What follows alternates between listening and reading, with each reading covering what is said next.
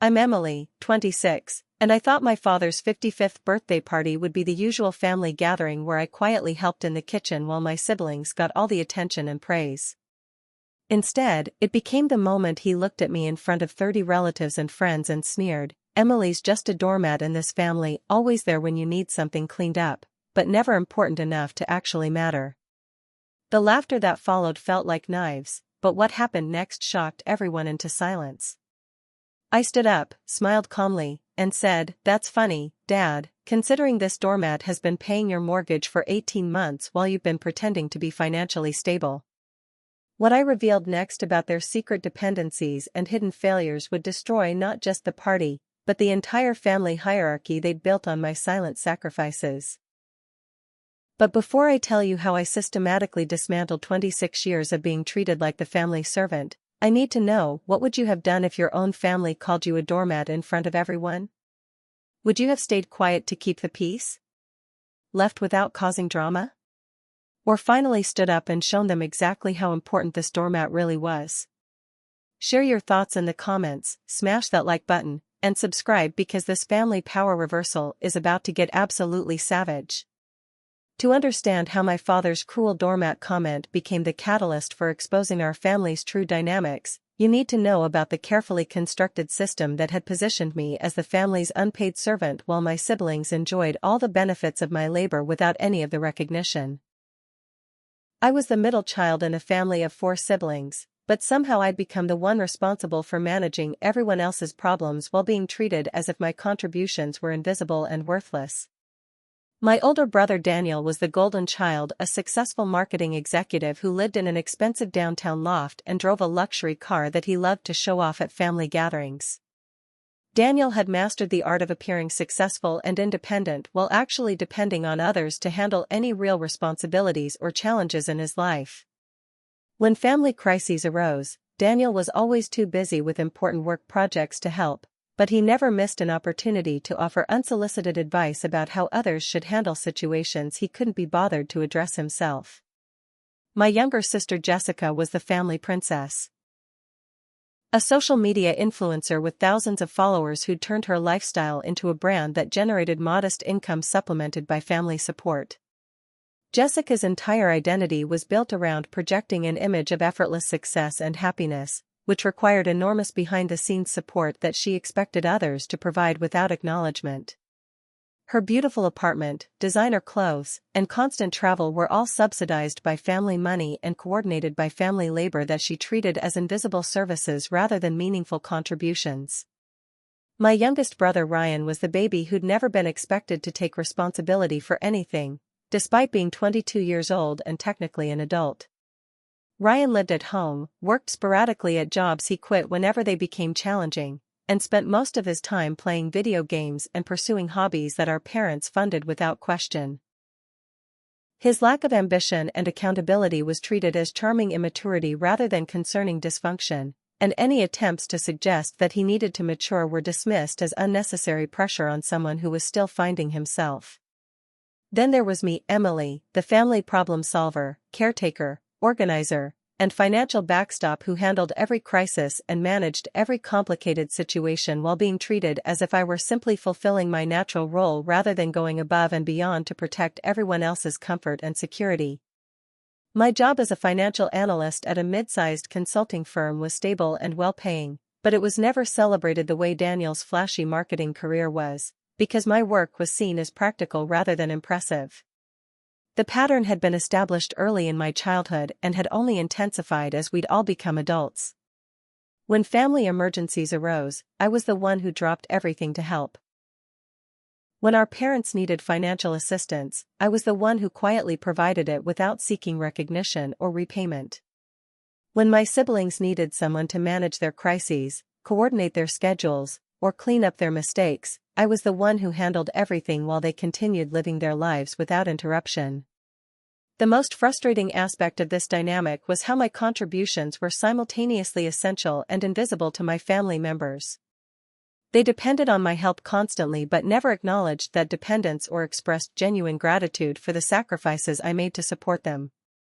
Instead, my assistance was treated as a natural resource that would always be available without any thought about the cost to my own time, energy, or financial security. My social life had suffered tremendously because I was always available to help family members with their problems, leaving little time or energy for building relationships outside our family system. My romantic relationships had been particularly affected, as potential partners found it difficult to understand why I was constantly sacrificing my own needs to manage other adults' responsibilities. Several relationships had ended because my family obligations took priority over my personal happiness in ways that seemed unhealthy to people who didn't understand our family dynamics. The financial burden of supporting my family members had also prevented me from pursuing personal goals like traveling, buying a home, or building significant savings for my own future.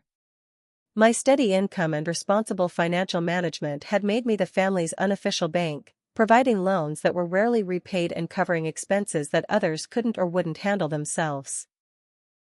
The irony was that my financial responsibility had made me financially vulnerable because so much of my income was being redirected to support people who spent their money carelessly and expected me to bail them out when they faced consequences.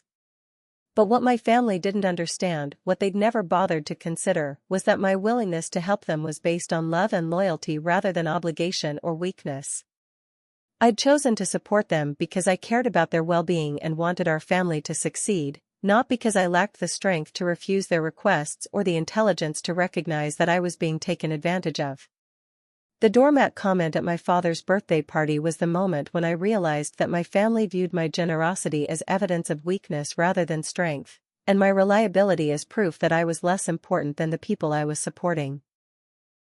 They'd mistaken my selflessness for lack of self-worth, and my willingness to sacrifice for them as indication that I had nothing better to do with my time and resources.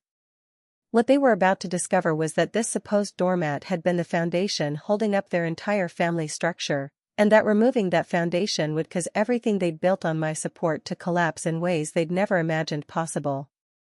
The family member they'd dismissed as unimportant was about to show them exactly how important she really was by demonstrating what their lives would look like without her constant assistance and financial support. The depth of my family's dependence on my financial support had developed gradually over several years, beginning with small emergencies and growing into a comprehensive system where I was essentially subsidizing everyone else's lifestyle while they maintained the illusion of independence and success. What had started as occasional help with unexpected expenses had evolved into a situation where I was regularly covering major costs for family members who couldn't or wouldn't manage their own finances responsibly. My parents' mortgage situation was the most significant example of this hidden dependency. 18 months earlier, my father's small business consulting firm had lost several major clients due to his outdated approaches and resistance to digital marketing strategies. His income had dropped by nearly 60%, but his pride had prevented him from acknowledging the severity of their financial problems or making the lifestyle adjustments that would have been necessary to match their reduced circumstances. Instead of downsizing their home, reducing their spending, or seeking assistance from any of their successful children, my parents had quietly approached me to help with their mortgage payments while they worked to rebuild my father's client base. What was supposed to be temporary assistance for 3 or 4 months had stretched into a year and a half as my father's business continued to struggle and their expenses remained unchanged. I was paying $2,800 monthly toward their mortgage, plus occasional assistance with property taxes, insurance premiums, and major household repairs that they couldn't afford on their reduced income. The total amount I'd provided over 18 months exceeded $60,000. Money that came from my savings and reduced my ability to pursue my own housing goals while enabling them to maintain their lifestyle without acknowledging their financial problems to Daniel, Jessica, or Ryan. But my parents' mortgage wasn't the only financial support I was providing. Daniel's expensive downtown lifestyle was partially subsidized by loans that were never repaid and emergency assistance that had become regular monthly supplements to his marketing salary. Despite his impressive job title and luxury possessions, Daniel lived paycheck to paycheck and frequently needed help with unexpected expenses like car repairs, medical bills, or credit card payments that exceeded his budget.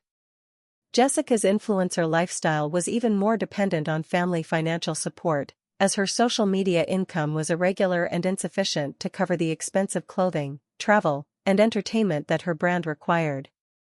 I'd been helping her with rent, professional photography costs, wardrobe expenses, and even some of the luxury experiences she posted about online. Her followers believed they were watching someone who'd achieved financial independence through creativity and hard work, but the reality was that her lifestyle was funded by her sister's steady job and generous support. Ryan's complete lack of financial responsibility had made him the most expensive family member to support, as he had no income stability and no understanding of budgeting or financial planning. I'd been covering his car payments, insurance, phone bills, and various hobby-related expenses while our parents provided his housing and food. At 22, Ryan had never had to manage his own finances because the combination of parental support and my assistance had eliminated any need for him to develop financial responsibility or work ethic. The psychological burden of managing all these financial commitments while maintaining secrecy about the extent of my support had been enormous. Each family gathering where my siblings discussed their achievements and lifestyle choices felt like a performance where I had to pretend that their success wasn't partially dependent on my subsidies. Every conversation about financial planning or career goals required me to navigate carefully around topics that might reveal how much of my income was being redirected to support people who treated my contributions as invisible. The most frustrating aspect of this arrangement was how my family members had begun to take my support for granted while simultaneously treating me as if I were less successful or ambitious than they were. Daniel would make comments about my simple lifestyle without acknowledging that my modest apartment and practical car were the result of choosing to support others rather than investing in myself. Jessica would suggest that I needed to be more adventurous and spontaneous, not realizing that my careful financial planning was necessary to cover her emergencies and lifestyle expenses. The secrecy surrounding my financial support had also prevented me from setting appropriate boundaries or seeking recognition for my sacrifices. Because my parents were embarrassed about needing help and my siblings were unaware of their dependence on me, I couldn't discuss the financial strain or emotional toll of supporting multiple adults who should have been managing their own responsibilities. But what made the situation truly unbearable was the way my family had begun to interpret my willingness to help as evidence that I didn't have important priorities or meaningful goals of my own. They seemed to believe that because I was always available to solve their problems, I must not have a real life that was being disrupted by their constant needs. The assumption that I could afford to help everyone financially suggested that they thought my income was somehow less legitimate or necessary than theirs. The truth was that my financial support for my family members had required significant sacrifices that none of them understood or appreciated. I'd delayed buying a home, postponed graduate school plans, and eliminated most discretionary spending from my own budget to ensure that I could continue covering their expenses. My retirement savings had been significantly reduced, and my emergency fund had been depleted multiple times to handle family crises that others couldn't afford to address. The birthday party where my father called me a doormat was the moment when I realized that my family's financial dependence on me hadn't created gratitude or respect, it had actually reinforced their belief that I was less important than the people I was supporting. They'd interpreted my generosity as confirmation that my needs were secondary to theirs, and my reliability as evidence that I existed primarily to serve their interests. What they were about to learn was that this doormat had been the foundation of their financial stability, and that questioning my importance would force me to demonstrate exactly how much their comfortable lives depended on my supposedly unimportant contributions. My father's 55th birthday party was exactly the kind of event that showcased our family's dysfunctional dynamics perfectly: an elaborate celebration funded by money he couldn't afford, organized by labor he didn't acknowledge, and attended by people who had no idea how much of his comfortable lifestyle was actually subsidized by the daughter he treated as invisible. The party was held at an upscale restaurant that cost more than my father could realistically afford given his business struggles, but maintaining appearances was more important to him than financial responsibility. The guest list included extended family members, business associates, and longtime friends who'd been invited to celebrate what my father presented as a milestone of personal and professional success. The narrative he'd constructed about his life and achievements was carefully designed to hide the financial problems that had been plaguing his consulting business for the past year and a half, and to position him as a successful patriarch whose children had inherited his work ethic and business acumen. As usual, I'd been responsible for most of the party planning and coordination while my siblings received credit for being thoughtful and generous. Daniel had contributed money toward the restaurant rental but had been too busy to help with any of the actual planning or setup work. Jessica had handled the social media promotion and photography, turning the event into content for her brand while treating the celebration as a professional photo shoot. Ryan had shown up looking handsome and charming, fulfilling his role as the beloved baby of the family without contributing anything meaningful to the preparation or execution. During the dinner, conversation had followed the usual pattern of celebrating my siblings' achievements while treating my contributions as background support rather than meaningful accomplishments. Daniel held court discussing his latest marketing campaigns and industry insights, positioning himself as a successful professional whose expertise was valuable and respected. Jessica shared stories about her growing social media following and brand partnerships, presenting her online success as evidence of entrepreneurial brilliance and creative vision. Ryan entertained everyone with humorous stories about his various part-time jobs and social adventures, with his lack of serious career focus being treated as endearing youth rather than concerning irresponsibility. The family's collective attitude toward Ryan's immaturity was that he was still exploring his options and would eventually find his path, while the financial support that enabled his extended adolescence was treated as natural parental obligation rather than significant sacrifice. When attention occasionally turned to me, the conversation focused on my role as the family helper and problem solver rather than my professional achievements or personal interests. People commented on how reliable and responsible I was, how I was always there when family members needed assistance, and how grateful everyone was for my willingness to handle difficult situations. The praise was genuine but positioned me as a supporting character rather than someone with meaningful goals and accomplishments of my own. The most painful moment of the evening came during my father's speech, when he decided to reflect on his children's different personalities and contributions to the family. His comments about Daniel focused on professional success and leadership potential. His remarks about Jessica celebrated her creativity and social influence. His observations about Ryan were affectionate and optimistic about his future potential. When he got to me, his tone shifted to something that felt more like explanation than celebration. "Emily has always been our steady one," he said, his voice carrying across the restaurant to an audience of 30 people who were suddenly focused on his assessment of my character and value. "She's not flashy or ambitious like her siblings, but she's reliable. You always know exactly what you're going to get with Emily." The faint praise felt like criticism disguised as compliment, but what came next was openly cruel and deliberately humiliating. "Let's be honest," my father continued, apparently emboldened by the wine and the appreciative audience, "Emily's just a doormat in this family. Always there when you need something cleaned up, but never important enough to actually matter." The laughter that followed his comment was the most devastating sound I'd ever heard. Extended family members, family friends, and even some of my siblings chuckled appreciatively at what they apparently considered an accurate and amusing assessment of my personality and role in our family dynamics.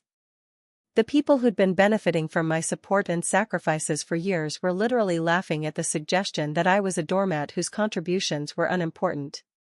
But what made the moment truly unbearable was the satisfaction on my father's face as he delivered this public humiliation. He seemed genuinely pleased with his clever observation about my character, as if reducing me to a household cleaning implement was both accurate and entertaining.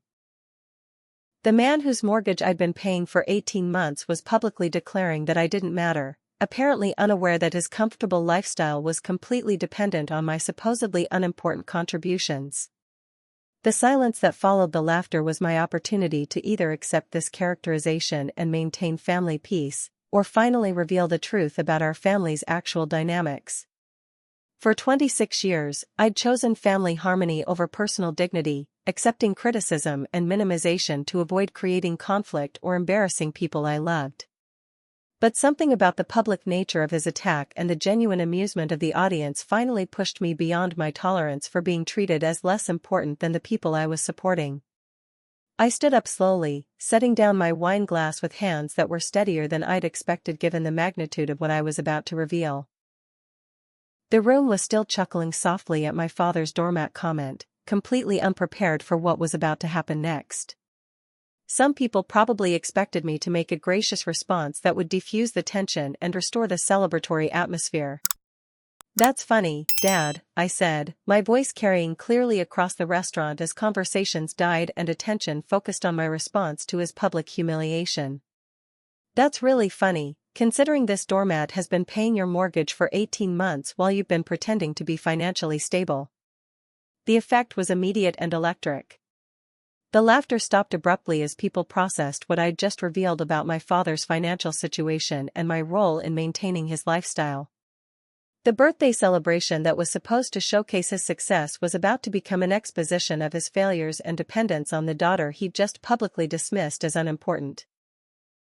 The silence that followed my revelation about paying my father's mortgage lasted only seconds before the room erupted in shocked whispers and confused murmurs as 30 guests tried to process what they'd just learned about our family's real financial dynamics.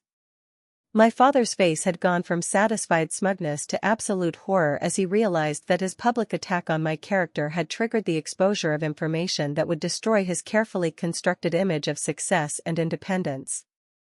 "Emily, that's enough," my mother said quickly, clearly recognizing that the situation was spiraling beyond their control and that additional revelations might completely destroy the family narrative they'd been maintaining for years.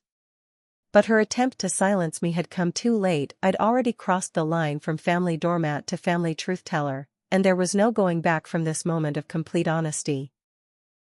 "Actually, Mom, I don't think it is enough," I replied, my voice gaining confidence as I realized that I was finally free to tell the truth about our family's real dynamics. "I think everyone here deserves to know exactly how much this doormat has been contributing to the success and stability that we're celebrating tonight." Daniel's face showed panic mixed with confusion as he began to suspect that his own financial dependencies might be exposed next. Jessica had gone pale as she realized that her carefully curated image of independence and success might be about to crumble in front of an audience that included people who followed her social media and believed in her brand. Ryan looked completely lost, apparently unable to process that his big sister might be about to reveal information that would change everyone's perception of our family. "The mortgage payments are just the beginning," I continued, pulling out my phone to access the financial records I'd been carefully tracking for months. "Over the past 18 months, I provided over $60,000 to keep Mom and Dad's house from being foreclosed while Dad's business has been failing and they've been too proud to admit their financial problems to their supposedly successful children." The gasps and shocked responses from the audience were exactly what I'd expected. But what surprised me was how liberated I felt to finally acknowledge the scope of my financial contributions to people who'd been assuming that my parents' stability was evidence of their own competence and success. Extended family members who'd been admiring their comfortable lifestyle were learning that it was actually subsidized by their supposedly unimportant daughter. "But that's not all," I said, turning to address my siblings directly while speaking loudly enough for everyone in the restaurant to hear. "Daniel, should I tell everyone about the $15,000 in loans you've never repaid, or the monthly payments I make toward your credit cards because your marketing salary can't actually support your expensive downtown lifestyle?" Daniel's attempt to stop me was weak and unconvincing. "Emily, please don't do this. We can talk about this privately later." But his plea for privacy came too late. I'd already decided that 26 years of private conversations and secret support had enabled a family dynamic that was fundamentally unfair and unsustainable. "And Jessica," I continued, shifting my attention to my younger sister whose social media brand was built on projecting financial independence and lifestyle success, "should I explain to your followers who might be here tonight how your influencer lifestyle is actually funded? The rent payments, the wardrobe expenses, the travel costs that create the content everyone admires?" Jessica started crying as she realized that her professional reputation and personal brand were being destroyed in real time by revelations that would make it impossible to maintain her image of successful independence. The lifestyle that had generated thousands of followers and brand partnerships was being exposed as a carefully constructed fiction funded by family money and subsidized by her sister's sacrifices. Even Ryan, I said, looking at my youngest brother whose charming immaturity was suddenly looking more like expensive irresponsibility, gets his car payments, insurance, phone bills, and hobby expenses covered by his supposedly unimportant sister while he lives at home and works part-time jobs that he quits whenever they require actual effort or commitment. The complete picture I was painting of our family's financial reality was devastating for everyone involved, but it was also profoundly liberating for me to finally acknowledge the scope of my contributions and the extent to which everyone else's success was dependent on my support. The doormat who'd been dismissed as unimportant was revealing herself to be the foundation that held up the entire family structure. "So yes, Dad," I said, turning back to address the man whose cruel comment had triggered this comprehensive exposure, "I am the family doormat. I'm the one who gets stepped on by everyone else so they can reach higher ground. I'm the one who gets dirty so everyone else can stay clean. And I'm the one who gets walked all over so everyone else can get where they're going." The metaphor was working perfectly as I extended the doormat analogy to its logical conclusion while making it clear that being stepped on was a choice I'd been making rather than a weakness I couldn't overcome. "But here's the thing about doormats, Dad, they're actually essential. You can't have a nice, clean house without them. And when you remove them, everyone starts tracking mud everywhere." The threat was implicit but unmistakable. If they continued to treat me as unimportant and disposable, I would stop providing the support that kept their lives clean and comfortable. The family members who'd been laughing at the doormat comment were beginning to understand that their comfortable lives were completely dependent on the person they'd just been mocking. From tonight forward, I announced to the room full of shocked relatives and family friends, "This doormat is going on strike. No more mortgage payments, no more credit card assistance, no more emergency loans, no more covering expenses that adults should be handling themselves. Everyone who's been walking all over me is about to learn what it's like to navigate their problems without someone else cleaning up their messes." The implications of my announcement were immediate and terrifying for my family members, who were suddenly facing the prospect of managing their real financial situations without the safety net I'd been providing. The birthday celebration that was supposed to showcase my father's success was ending with the revelation that his success was fictional and that his comfortable lifestyle was about to disappear along with his daughter's support. As I gathered my purse and prepared to leave the restaurant, I realized that my father's doormat comment had actually been the catalyst for the most honest and empowering moment of my adult life.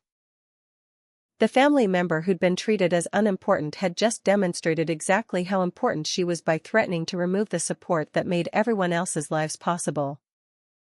The 24 hours following my explosive revelation at my father's birthday party were a whirlwind of panicked phone calls, desperate text messages, and attempted damage control as my family members scrambled to understand the implications of losing the financial support they'd been taking for granted while simultaneously trying to minimize the social embarrassment of having their dependencies exposed in front of 30 witnesses. My phone had started ringing before I'd even made it home from the restaurant, with my mother calling repeatedly to beg me to work things out privately as a family and warning me about the permanent damage I was causing to relationships that had taken decades to build. Her attempts at emotional manipulation were predictable but ineffective, focusing on family loyalty and togetherness while completely ignoring the years of financial exploitation and emotional dismissal that had led to my public confrontation. Daniel's messages were more calculated and businesslike, attempting to reframe our financial relationship as a legitimate business arrangement rather than the one-sided support system it had actually become.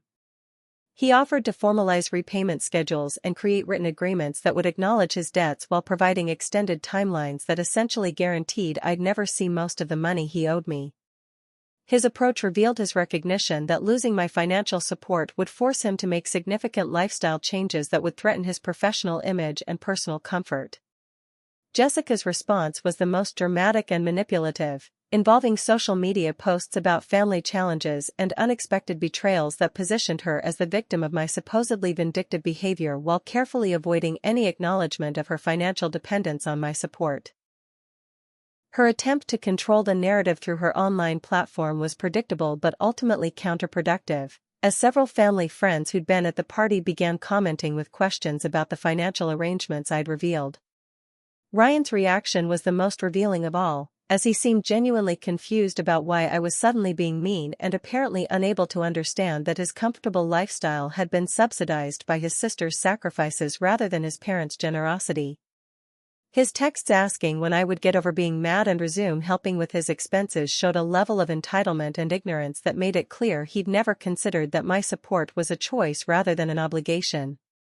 But the most significant development was my parents' panicked realization that they had less than 30 days before their next mortgage payment was due, and that they had no realistic plan for covering the $2,800 monthly payment without my assistance.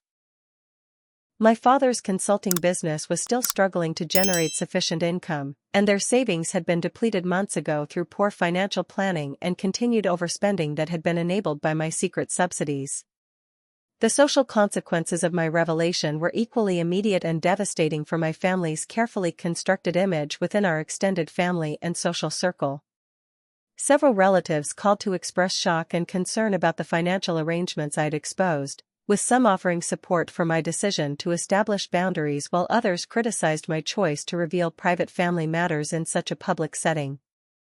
The most satisfying responses came from family members who'd always suspected that something was wrong with our family dynamics but hadn't been able to identify exactly what was bothering them about the way I was treated compared to my siblings. My Aunt Carol, my father's sister, called to tell me that she'd always wondered why I seemed to have less freedom and fewer opportunities than my siblings despite having a stable job and responsible personality. I could never understand why Daniel and Jessica were always traveling and buying expensive things while you seemed to live so modestly, she said during a long conversation about family dynamics and financial responsibility.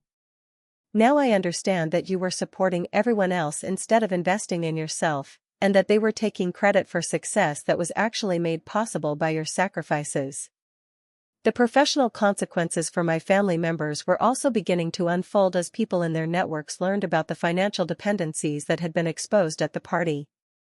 Daniel's colleagues and clients were questioning whether someone who couldn't manage his own finances was qualified to provide marketing advice to their businesses. Jessica's brand partnerships were being reviewed by companies that had assumed her lifestyle reflected actual earning power rather than family subsidies. But perhaps the most meaningful development was the clarity I felt about my decision to stop providing financial support to family members who'd been treating my contributions as unimportant and disposable. The guilt and obligation that had motivated years of sacrifice were being replaced by anger and determination to protect my own financial security and emotional well-being. The practical steps I needed to take to extricate myself from their financial dependencies were more complex than I'd initially realized, as months of covering their expenses had created automatic payments and shared accounts that needed to be systematically dismantled. Canceling my contributions to their lifestyle required careful coordination to avoid creating additional financial emergencies that might generate sympathy and pressure for me to resume my support.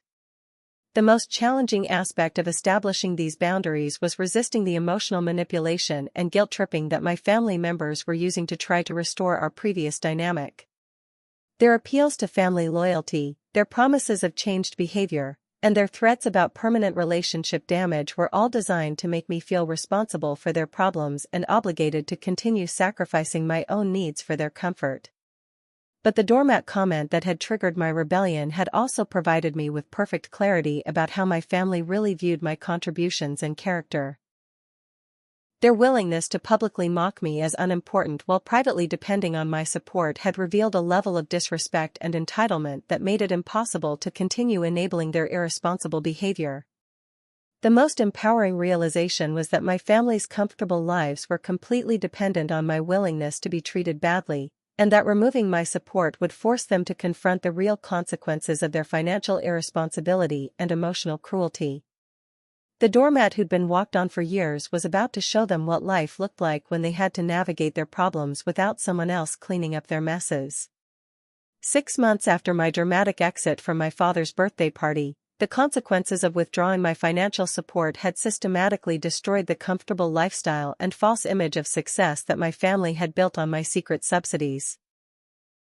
What I'd predicted would happen when the doormat stopped absorbing everyone's problems had come to pass with devastating completeness, as each family member was forced to confront the reality of their actual financial situation without my safety net.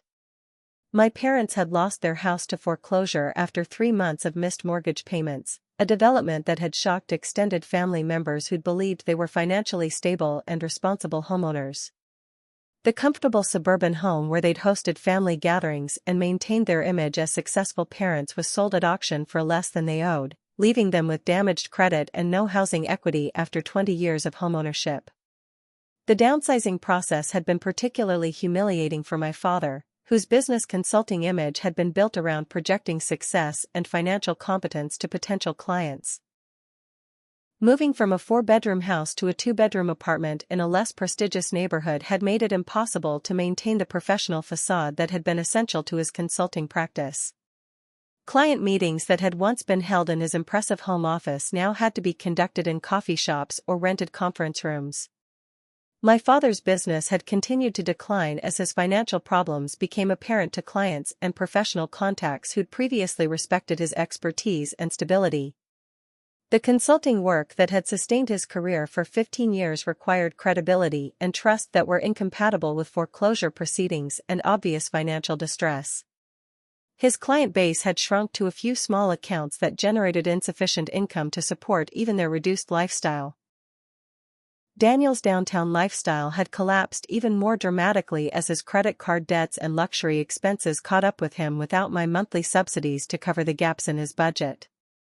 The expensive loft apartment he'd been so proud of was beyond his actual earning power, forcing him to move in with roommates in a shared space that damaged his professional image and social standing within his marketing industry network. The luxury car that had been central to Daniel's successful professional image had been repossessed when he couldn't maintain the payments without my assistance, leaving him dependent on public transportation that was incompatible with client meetings and professional networking events. His expensive wardrobe and lifestyle accessories were being sold through online platforms to generate cash for basic living expenses. Jessica's influencer career had been completely destroyed by the revelation that her lifestyle was financially unsustainable without family support. Brand partnerships had been cancelled when companies learned that her projected image of independence and success was based on hidden subsidies rather than actual earning power. Her social media following had declined significantly as her content became less frequent and lower quality due to her inability to afford the travel, clothing, and experiences that had made her brand appealing. The apartment that had served as the backdrop for Jessica's lifestyle content was lost when she couldn't cover rent without my assistance, forcing her to move back home with our parents despite the crowded conditions in their smaller apartment. The professional photography equipment and designer wardrobe that had been essential to her brand were being sold to cover basic expenses, making it impossible to maintain the content quality that had attracted followers and partnerships. Ryan's extended adolescence had been abruptly ended when the combination of losing his housing and having his expenses cut off forced him to find stable employment and develop basic life skills that he'd never needed while being subsidized by family support. The transition from comfortable dependency to adult responsibility had been particularly difficult for someone who'd never learned to manage money, maintain consistent employment, or handle stress without family intervention.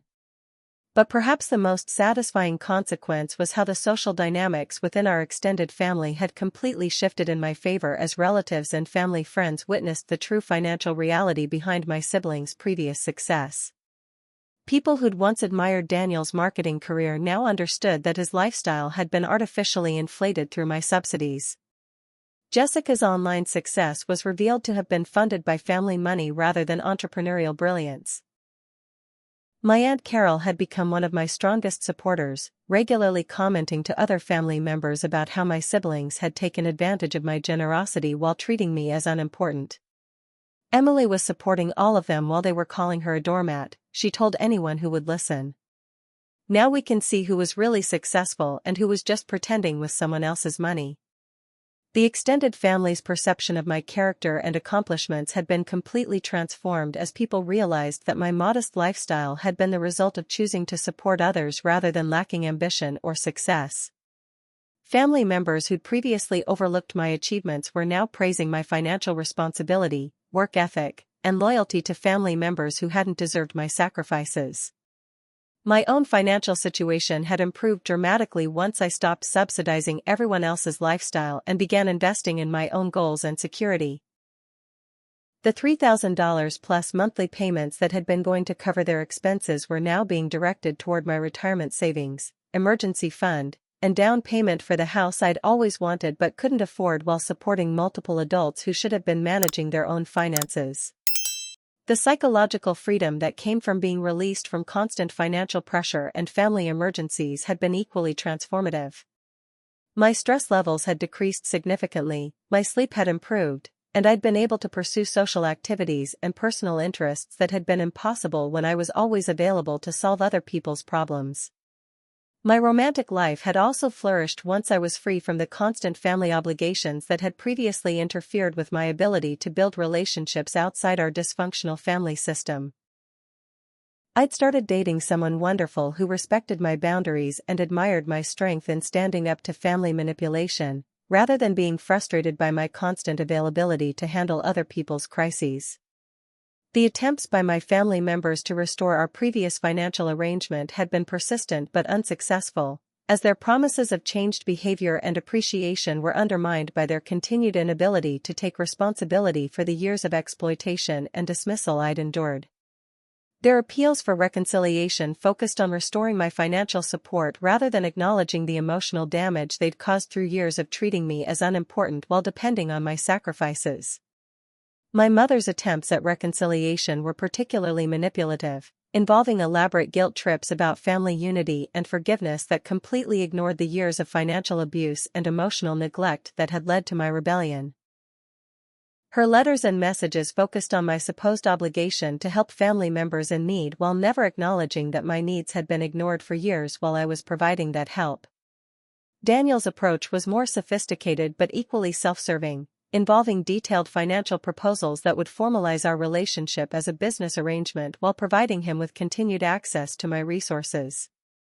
His calculations and payment schedules were designed to create the appearance of fairness while actually ensuring that he could continue depending on my support indefinitely through extended repayment terms and reduced monthly obligations. Jessica had attempted to use social media to generate sympathy and pressure for family reconciliation, posting carefully crafted content about the importance of forgiveness and family loyalty without acknowledging her role in creating the conflict. Her online narrative positioned her as someone who'd learned valuable lessons about financial responsibility while carefully avoiding any admission that her previous lifestyle had been unsustainable and deceptive. Ryan's attempts at reconciliation were the most immature and entitled, involving angry messages about how I was ruining the family and being mean for no reason without any recognition that his comfortable lifestyle had been subsidized by someone whose contributions he'd never acknowledged or appreciated. His inability to understand that my support had been a choice rather than an obligation showed how completely he'd been enabled by years of family protection from real-world consequences. But the most meaningful development was how the crisis had revealed the true character of each family member when their comfortable circumstances were removed. Instead of rising to the challenge of managing their own responsibilities, they'd all focused on trying to restore their access to my support rather than developing the skills and accountability needed for genuine independence. The contrast between their entitled responses to losing my support and my own growth and success since establishing boundaries had made it clear that my decision to stop being the family doormat was not only justified but essential for my own well-being and development. The family members who'd called me unimportant had proven themselves to be the truly unimportant ones when they lost access to the person who'd been making their lives possible. 2 years have passed since I stood up at my father's birthday party and refused to be called a doormat anymore, and today I'm writing this from the home office of my beautiful 3-bedroom house, purchased with money I was finally able to save once I stopped subsidizing everyone else's lifestyle. The irony couldn't be more perfect. The family member who was dismissed as just a doormat now owns more property than any of my siblings, while the people who walked all over me are still struggling to rebuild the lives they lost when they lost access to my support. The most satisfying development has been watching how completely our family dynamics have been restructured around the reality of who was actually successful and independent versus who had been living on borrowed money and borrowed time. My siblings and parents, who'd spent years treating me as the least important family member, were now forced to acknowledge that I'd been the most financially stable and responsible person in our family all along. My career had flourished once I was free from the constant stress and distraction of managing everyone else's financial crises. The promotion I'd received 6 months after establishing family boundaries had come with a significant salary increase that reflected my improved focus and performance when I wasn't constantly worried about covering other people's expenses. My supervisor had actually commented on my increased confidence and leadership skills, changes that I attributed to finally standing up for myself in my personal life. The house I'd purchased represented more than just financial success, it was a symbol of the security and independence that had been impossible while I was supporting multiple adults who should have been managing their own responsibilities. Every mortgage payment I made was a reminder that I was investing in my own future rather than subsidizing someone else's lifestyle, and every improvement I made to the property was evidence of what was possible when I prioritized my own goals over other people's problems. My relationship with David, the man I'd been dating for over a year, had deepened into something serious and potentially permanent as we discussed moving in together and possibly getting married.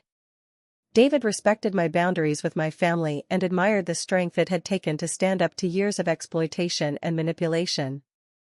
Our relationship was built on mutual respect and genuine partnership rather than the one-sided sacrifice that had characterized my family relationships.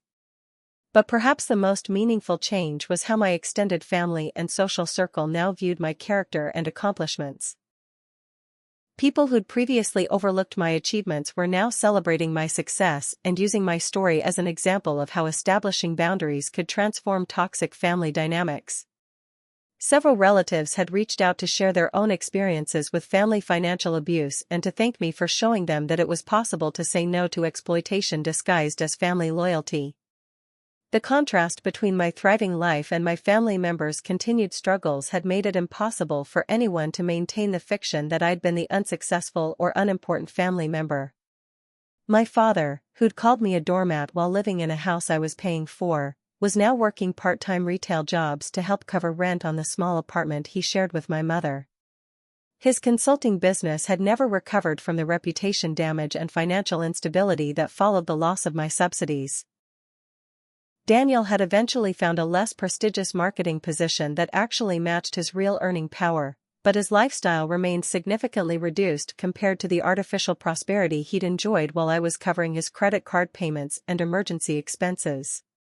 The downtown loft and luxury car had been replaced by a modest apartment and reliable used vehicle that reflected his actual financial capabilities rather than his aspirational image. Jessica had attempted to rebuild her influencer career with more realistic financial expectations, but her follower count and brand partnerships remained significantly reduced compared to her previous success. Her content now focused on budget-friendly lifestyle tips and financial responsibility, topics that felt authentic given her experience with financial collapse but that generated much less income than her previous luxury lifestyle brand. Ryan had eventually matured enough to hold steady employment and manage basic adult responsibilities, but the process had been difficult and slow for someone who'd been enabled for years to avoid real-world consequences. His transition to genuine independence had been particularly challenging because he'd never developed the life skills and work ethic that most people acquire gradually through adolescence and early adulthood. The attempts by my family members to restore relationships with me had evolved from desperate pleas for renewed financial support to more mature acknowledgments of their past behavior and expressions of genuine respect for my accomplishments. But even these improved interactions were complicated by the reality that years of exploitation and dismissal had created damage that couldn't be easily repaired through apologies and changed behavior. My mother's most recent letter had been the closest thing to a genuine apology I'd received from any family member, acknowledging that they'd taken advantage of my generosity while treating me as less important than the people I was supporting. But even her improved understanding of our family dynamics was motivated partly by her desire to rebuild a relationship that might eventually include renewed financial assistance during their retirement years. The psychological healing from establishing firm boundaries and ending my role as the family's financial safety net had been gradual but profound. Therapy had helped me understand that my willingness to sacrifice for ungrateful family members had been motivated by childhood programming rather than genuine love, and that protecting my own well-being was not selfish but necessary for developing healthy relationships. The most empowering realization had been that my family's comfortable lives had been completely dependent on my willingness to be treated badly, and that removing that willingness had forced them to develop the responsibility and accountability they should have learned years earlier. The doormat who'd been walked on for decades had taught them valuable lessons about consequences and independence by refusing to continue absorbing their problems. So here's my question for everyone who's followed this incredible journey from family doormat to independent success story. Have you ever been treated as unimportant by people whose lives were actually dependent on your support and sacrifice? Sometimes the people who call us doormats are revealing their own dependency on our willingness to be stepped on, and the most powerful response is simply refusing to lie down for them anymore. My father's cruel comment about me being just a doormat was intended to reinforce a family hierarchy that kept me subordinate and exploitable. Instead, it became the moment when I realized that being a doormat was a choice I'd been making, and that I could choose to stand up and walk away from people who didn't appreciate the foundation I'd been providing for their success. If this story has resonated with you, please hit that like button and subscribe for more real-life stories about family financial abuse, boundary setting, and the courage required to stand up to people who take your generosity for granted.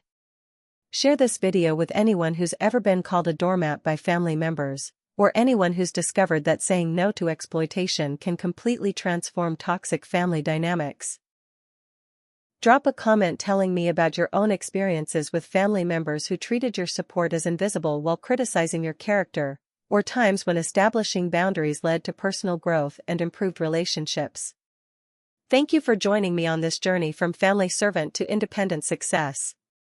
Remember that people who call you a doormat are usually revealing their own dependency on your willingness to be walked on, and that the most powerful response is demonstrating what their lives look like when they have to stand on their own feet. Sometimes the best gift you can give to people who take you for granted is the experience of managing their problems without your help.